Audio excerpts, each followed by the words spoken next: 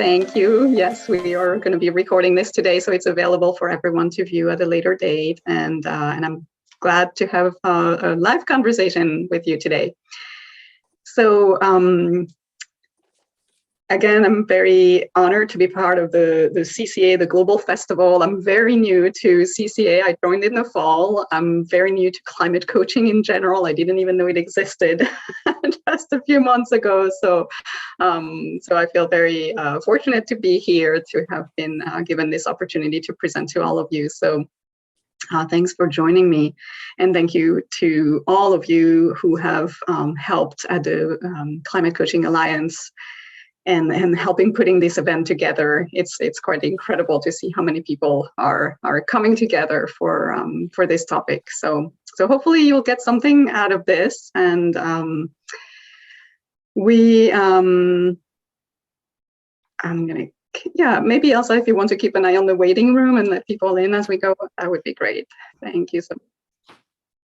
So my hope for this time together, so we have about an hour, and my hope is to introduce you to Appreciative Inquiry as a new tool that you can use with this topic of climate change and climate coaching. And if you're already familiar with Appreciative Inquiry, that you'll find some tips to use it in different ways. So we're a small enough group that we're going to try to make this interactive, and so we can spend time in breakout rooms together. Invite you to share in the chat with several prompts. Actually, right now, we'd ask everyone, what is one thing that gives you life? What makes you feel alive today? If you could please write it in the chat. And those who are just joining us, you can put your name, where you're from, put it in the chat. And then I just gave a little prompt, a little question about what makes you feel alive today? What are you excited about? Two new kitties. I love that. Trees. Okay. Who else? The Irish Sea, just 15 minutes from your home, Caroline. Yeah. Arugula for your salad. Grown at home. Lovely plants, meeting new people. My puppy and water. Puppies are the best, aren't they? My dog is right there, so if there are any disruptions, yeah, he's right there next to me. Sun and clouds. You don't. Naughty. Hi, Jim. I'm going to mute. Yep. Thank you for muting yourself. The ocean. Okay, so something that makes you feel alive, discovering a new beautiful place in nature. Great. Don't you feel better already just reading these? Thinking of puppies and trees and the ocean. We really can't go wrong. Yeah, hiking. Great. Well, thank you. So I'm going to start by giving you a little overview of Appreciative Inquiry. We won't get into too many details.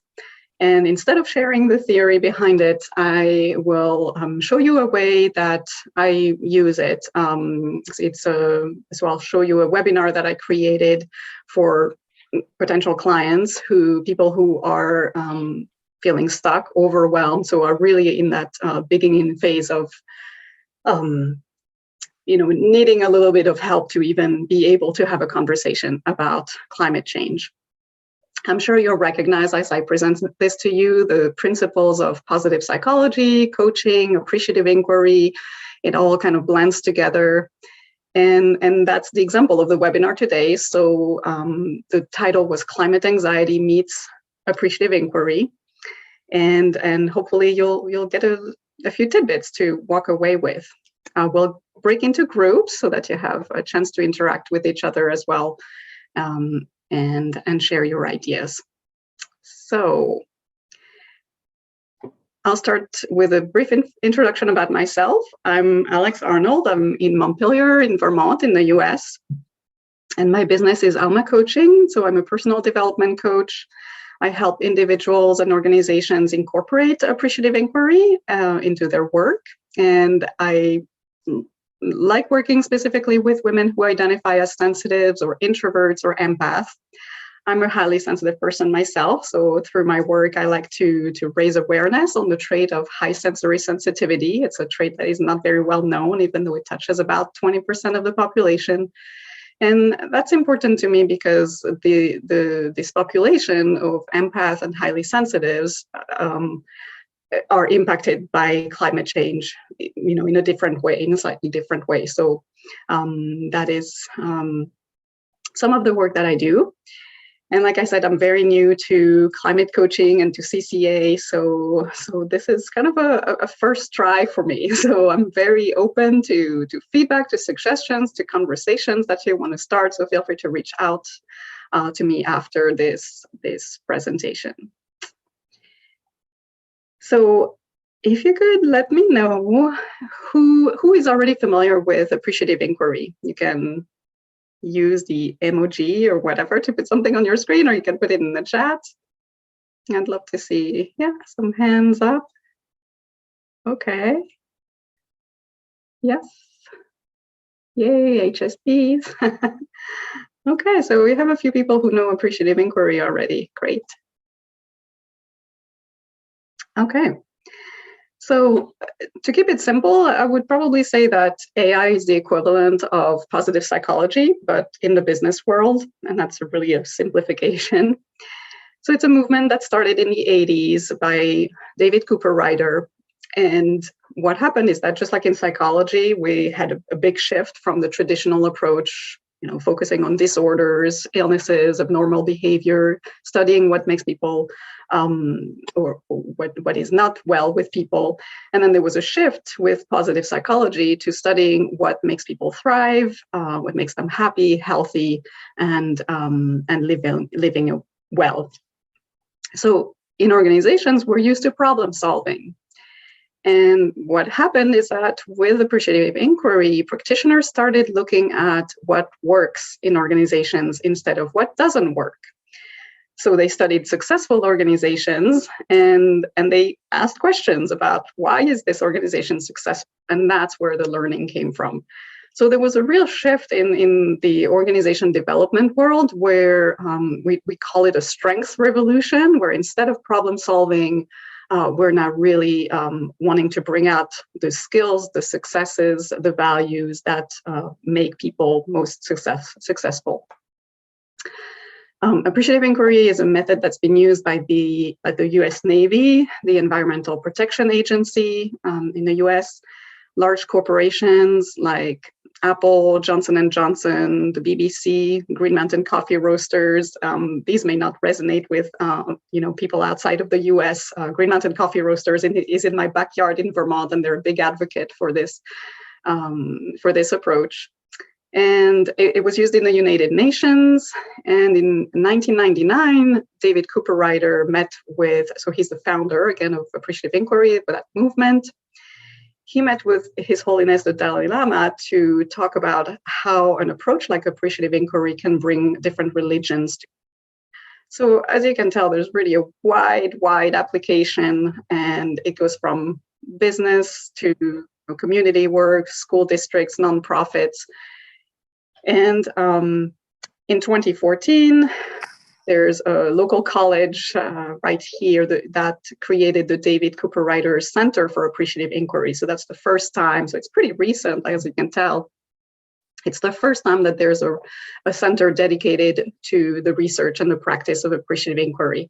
And that's where I got my training. So again, I'm well surrounded here with practitioners very close to me. So, and it's, as I was getting my training in this method, I was also going through lots of personal changes. And I noticed how much it helped me personally. So going through a divorce, I was co-parenting, I was going through a career change.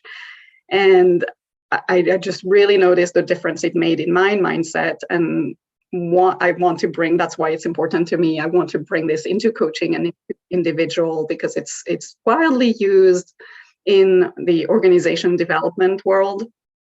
And yet we don't hear it so much in the personal development field. So there are still people joining us. Welcome. We've started with just a brief introduction about Appreciative Inquiry, but you haven't missed anything yet. I'm going to share a quick video. It's less than 4 minutes, and it's pretty fun, and it goes over the principles of Appreciative Inquiry. Don't worry too much about remembering any of that, because then we'll go through this webinar that I mentioned where I kind of incorporated some of these principles, so you can you'll be able to pick up on some of these pieces. So let me do all the screen sharing thing and hope that it all works out. So share this, share my sound. Okay, are we good? Can someone give me a hands up if you see my screen? And yep, okay, we're good to go. All right, so enjoy.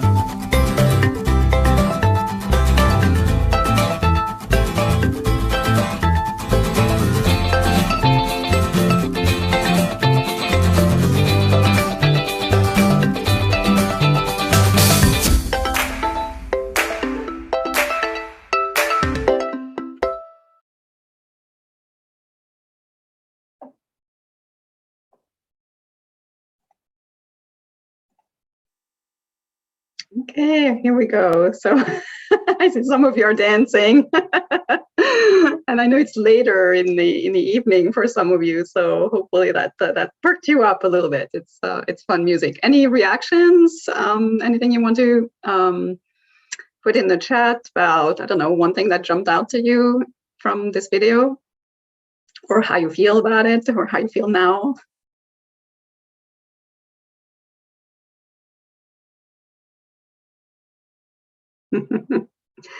Great. Okay. So, what does appreciative inquiry have to do with climate anxiety?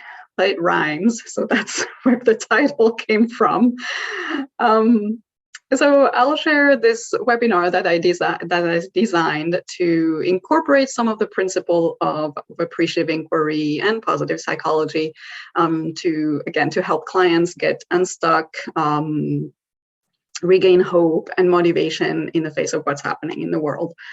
So I won't present it the way I would present it to that audience, of course. So we're here to share resources. So I'm going to go through it in a way that, just explaining kind of the reasoning behind it. And I'm really hoping that you'll reach out and share some feedback about, what could be improved or how you might use it. So I'm really opening the conversation here for all of us to collaborate on this.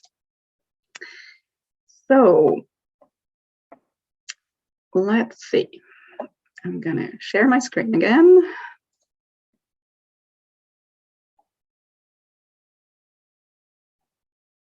There we go.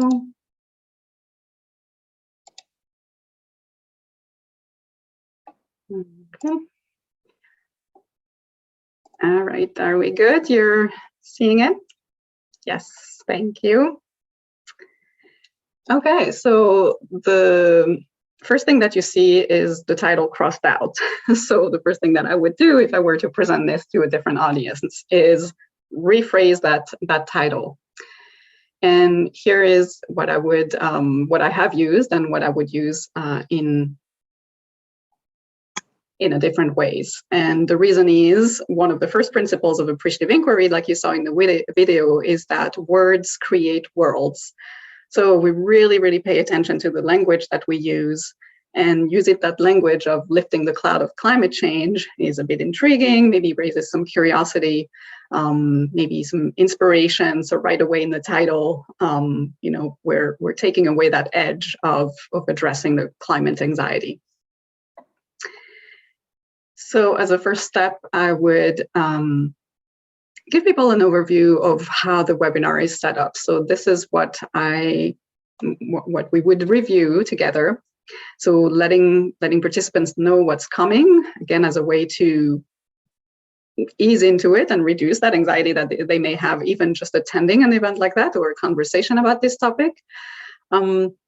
I share a personal story. I make a point to show them that I'm willing to be vulnerable. I think it has a big impact to create that safe space.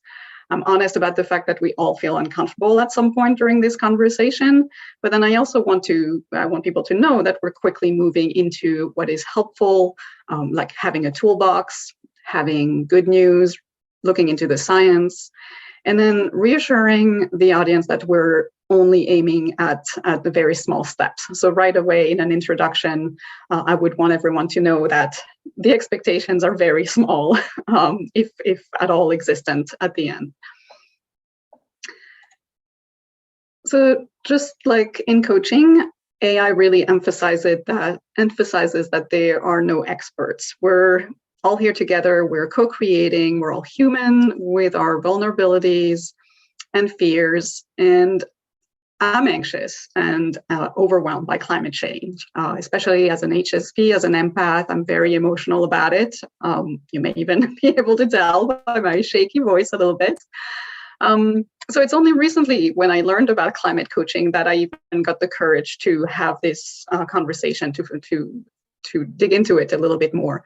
And that's because I realized that I did have something to offer, and it wasn't obvious to me. I didn't see it for a very long time. And that's why I felt helpless. I felt like I didn't have tools. I didn't have anything to contribute. What I could do was too limited. And then it's a longer story that I would normally share, but about like a series of events that synchronicities that we call them in the appreciative inquiry world. So these coincidences that just, one day you realize, okay, I'm just meant to be doing this. I don't know why, it's very uncomfortable, but I'm meant to do it. So I'm just going to go ahead. And that's partly why I'm here today. So So I think what's really let go of the stereotypes of what can be done about climate change, and when we address an audience or talk with a client and reassure them that we can find those connections, we can find some of the things that they're really good at, that they're passionate about, and that can have an impact. So finding what is unique to them that can make a difference. So I share my story usually, and again, feeling, being vulnerable myself and showing how I got here. And the message here is really that if I can do it, anyone can do it. And hopefully that, that sets us on a good starting point. So the second step that I take my audience through is to experience the difference between the negative and the positive messages that they receive and how that impacts their emotions, their thinking, their behavior. So I show some slides of disasters, alarmist messages, and that's on purpose, those images that shock and that overwhelm us. And I want you and I want the audience to pay attention to how they're reacting, what is happening in their body, in their minds, how do they feel when they see those messages? And obviously that's to make a point. So I'll show you quickly, the slides that I would go through. And I'm not gonna, you can read the notes on your own, but some pretty stereotypical images that we see in the news or see related to climate change.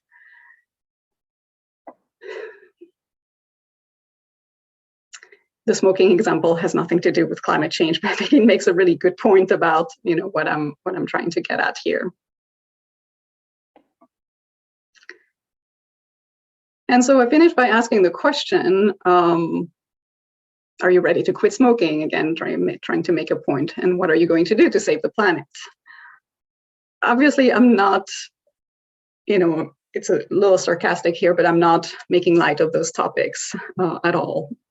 But I do want people to right away feel like they have permission to take a deep breath, and that it's okay to have a sense of humor, or to, it doesn't have to be that serious a conversation that we're so stuck in those negative emotions, that we're so overwhelmed that we can't move forward. So that is the whole reason why we're here. So again, acknowledging that it's normal to feel stuck, it's normal to feel overwhelmed when we're faced with this language and these types of images and these types of messages. So everyone is, usually finding some commonalities here, that people are experiencing the same thing. So now we can move on to what is useful. So building a toolbox. And here I want to share some real techniques of all kinds, not proposing one method over the other, just want to show people lots of different things that they can do to take care of themselves. So first, acknowledging and releasing those negative emotions. So showing them a list of items that I can do that are big and small, that hopefully will get them to be curious, will make them want to try some of them. I want to build their sense of agency by including things that are pretty mundane, so they don't feel like they have to take on a serious meditation practice or invest a lot of time and money in therapy. Of course, these things are great, but what I really care about, like, making people realize that there are so many options to start taking care of themselves. And when we feel overwhelmed, like playing a game of Tetris is one of the quickest, easiest way to shift our brains to out of that overwhelm mode. So the next list is about soothing and replenishing. So again, those self-care techniques, and we talked about puppies and kittens. These are things that make us feel alive. These are things that can help us soothe our overwhelmed system. And actually, why don't you share in the chat, what is your favorite self-care tool when you're feeling overwhelmed or anxious or hopeless, or any of these emotions that may surface when you do this work?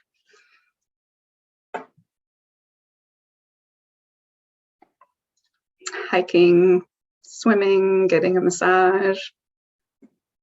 Yeah, walking and sitting in nature, dancing and music. What if we go even smaller? What are tiny, tiny things that you do if you don't have the option to, take a lot of time or really shift your environment? Like when you're sensing you're overwhelmed, what do you do right in the moment? Be with myself, have a warm shower, breathe, yes, breathing. Take a short walk, connect with a tree. Open the front door instead of the fridge door. Breathe. I love that. Call a friend, breathing again, closing my eyes. Yes, great. Thank you for sharing. Okay. So now that hopefully everyone's is a little bit more in control and calm and like soothed a little bit, we're already shifting to like something more uplifting and hopeful in this message that that the very first step is to take care of ourselves. So then we move to a little bit of science, and that's because it adds credibility to what I'm doing. That's something that's important to me, and I think there's so much information out there. We're inundated with data, so how do we know who to trust, what to believe, what to listen to, what's real? So I want to make the point here that, and I keep it very short, but I think it's important to share that we do know so much more now about brain functioning, neuroscience, emotions, behavior. There's so much more information out there, and the science of actually many fields, like whether it's science or spirituality, there's so many fields that are coming to those same suggestions or not conclusions, but so regardless of our beliefs, and there's a pretty good consensus on what works and what doesn't. so that's just to give a little bit of background to what we're doing here and where this is coming from. So the fight or flight response is something that is talked about very often in across different fields. And now with the fields of positive psychology and appreciative inquiry, we have about 30 or 40 years of research that is showing us that strength-based approaches are more effective to change.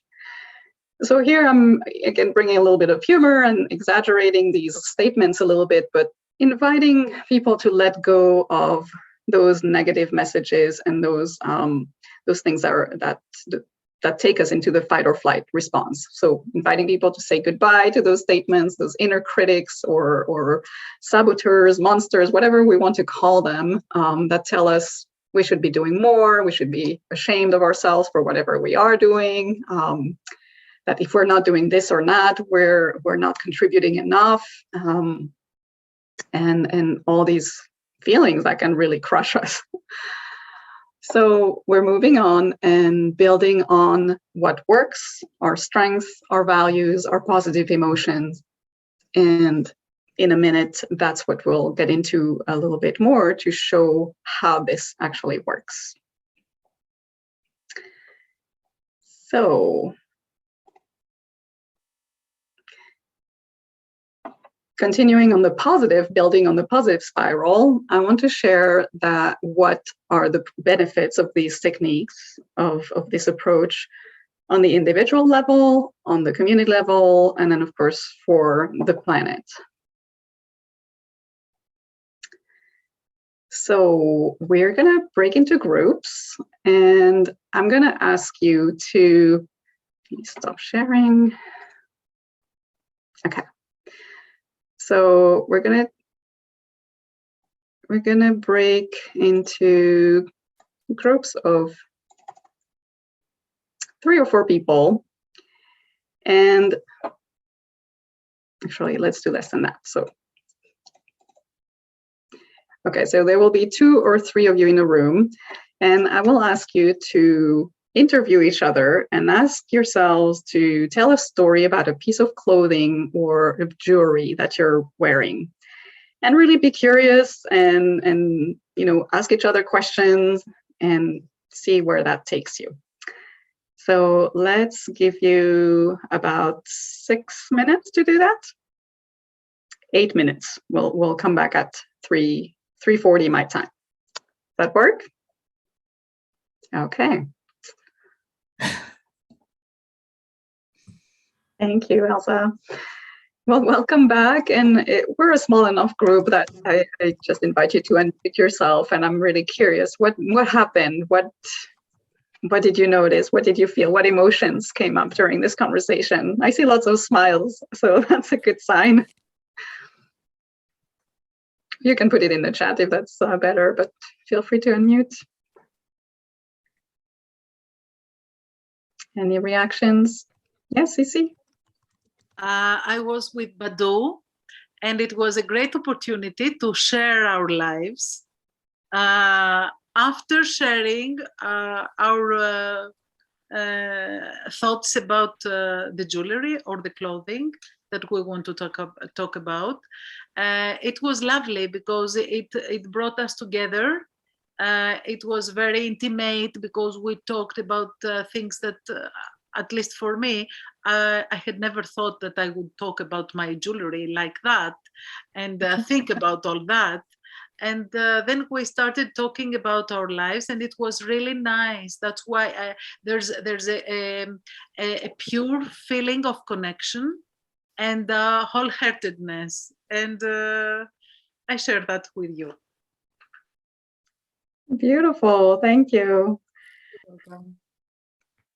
Yes, so that's usually what happened. I like this question, and I think the point is really to show that to generate positive emotions like curiosity, interest, laughter, or joy, or connectedness. It's not rocket science. We don't need to have a really complicated practice. We can ask like simple questions like that, and it's just that fine line between it can get very personal, but it's not too vulnerable because we can choose how much we want to share. And there's usually some pretty interesting, funny stories sometimes behind that. So, well, great. Well, thank you for doing that. So I'll share my screen again and we'll keep going. Here we go.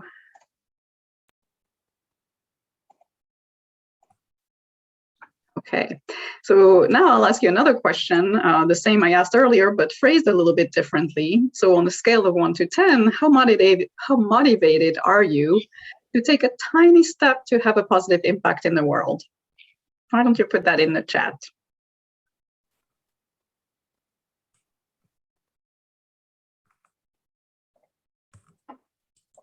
Anyone? A number? 10. Wow, 10.5. High achievers here. 9, 10, 100% motivated. Wow, beautiful.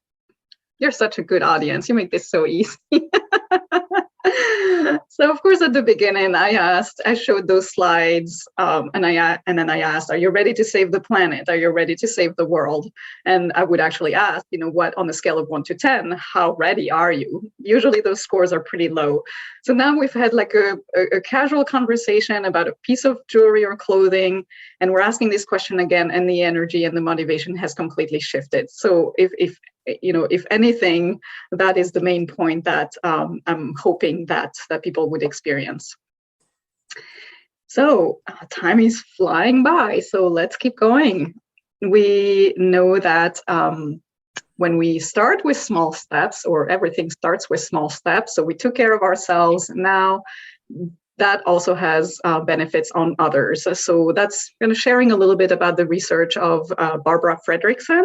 It's the broaden and build theory. If you're not familiar with her, she's a big figure in the positive psychology field. That can be really helpful. Lots of great information there to build into how, when we feel good about ourselves, we are in a good frame of mind. We are more collaborative, more creative, and that's where we want to be, right? When we want to address those questions about climate change and what we can do, we want to be in this right frame of mind.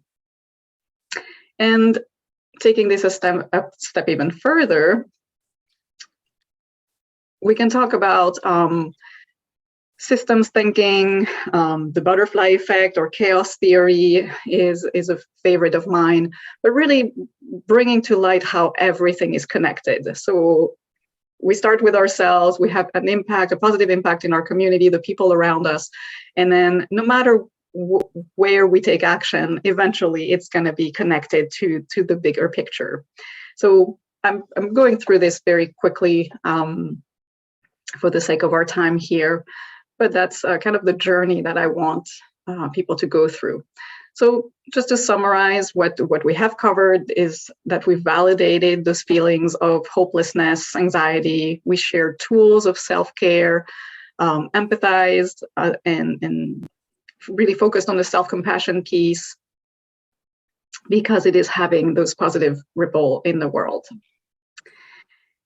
Now, if most of us are coaches, we don't want to leave it at that. We don't want to leave it at just awareness. So we do want to build momentum and move forward.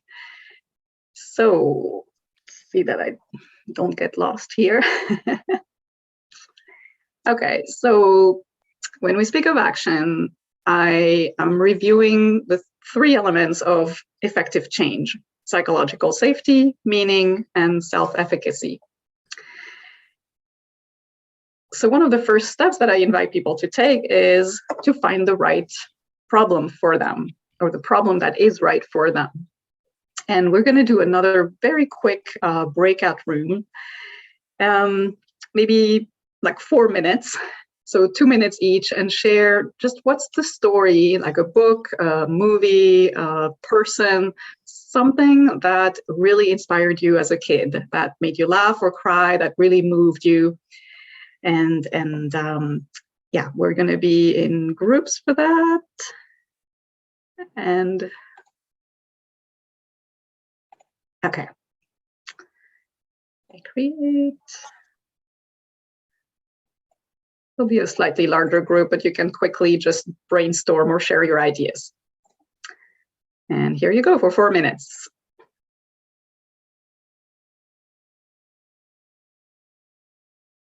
Okay, everyone should be coming back in just a few seconds.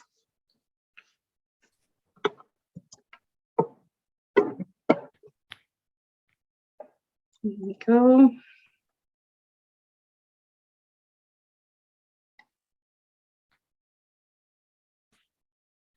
Okay, everyone is back. So I hope that you had a brief but enjoyable, inspiring conversation. So there's a lot more time that we could spend here exploring, what gives us life. We use that language a lot in Appreciative Inquiry. What is it that gives us life?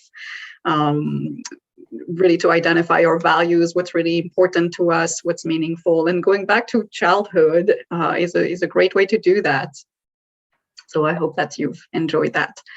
And there's one quote that really struck me. I attended the Activating Hope online summit that was in honor of Jane Goodall and her book, The Book of Hope, and that was released this past fall. That was kind of the trigger for me to start on this journey of climate coaching. And somewhere she said, do it out of love and not out of guilt. And what a beautiful message to motivate people, to give people permission to do something they enjoy, and to start with love instead of guilt. So that's really stuck with me. So in addition to finding meaning, we also want to be sure that we feel ready to take on whatever we're decided to take on. So in Appreciative Inquiry, we often bring it back to what is the tiniest step that you can do. So even when we've identified an area that we are passionate about, if we take on something that is way too big, we're going to be back very quickly in that sense of overwhelm or helplessness. So building on people's strengths, their past successes, the things they're already doing, there's for sure stories of things they are already doing. And again, in a group, so having those conversations about, we can generate lots of questions about like practices that they already do, playing with questions and bringing out these stories of successes and what they can build on. So we don't feel like we need to take on new skills, learn a whole set of new practices. We can do what we already love to do, we're already good at, and find really tiny ways to start making movement forward. And lastly, for effective change, having a community, having a tribe, having accountability and support is key as well. So especially today with such a virtual global world, the opportunities are endless. So I would really encourage people to try out new things, try out, there are tons of free meetings, groups, so meet new people and find what really resonates with you. So find that topic that is meaningful, find the skills that are matching, and find the community that feels right and that's going to be inspiring and take you forward. So there's also a statistic here that 80% of Americans, at least I don't have the global statistics, but 80% of Americans believe climate change is a serious problem. So there are plenty of people out there to choose from. So finding people to go and do this work with is incredibly important in building that sense of self-efficacy and motivation to move forward. So we're just about to end our time together. Just very quickly, we moved from a sense of overwhelm, the negative messages, how shifting to positive messages and positive language can build those positive emotions that open us up cognitively, emotionally. That's when we can start digging into the topics of meaning, efficacy, and community. And we have 3 minutes, although we're encouraged to finish a little bit early, but if you can hang on for 2 minutes or so, I would love to hear maybe one takeaway from you. What is one thing that surprised you today, or that you're willing to try, or maybe a tiny new thing that sparked your interest today? You can put it in the chat or unmute.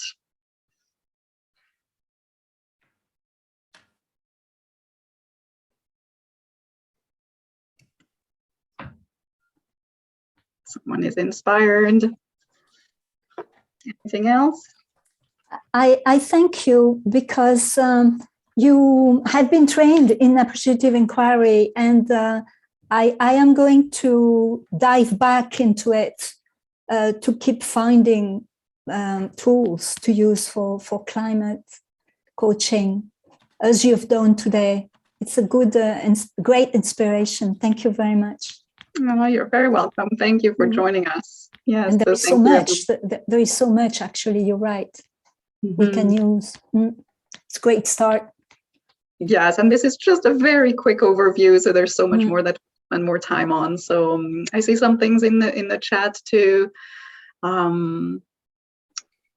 Yes, I encourage you to read the chat. So thank you so much for coming today, and thank you to the Climate Coaching Alliance. If you're not a member, definitely encourage you to become a member. The recordings of all the sessions will be on the Climate Coaching Alliance seed bank, available online for everyone. And let's connect and keep in touch and continue the amazing work that everyone is doing. So thank you so much for joining me today. Thank you, Alex. Thanks so much. You're very welcome. Thank you.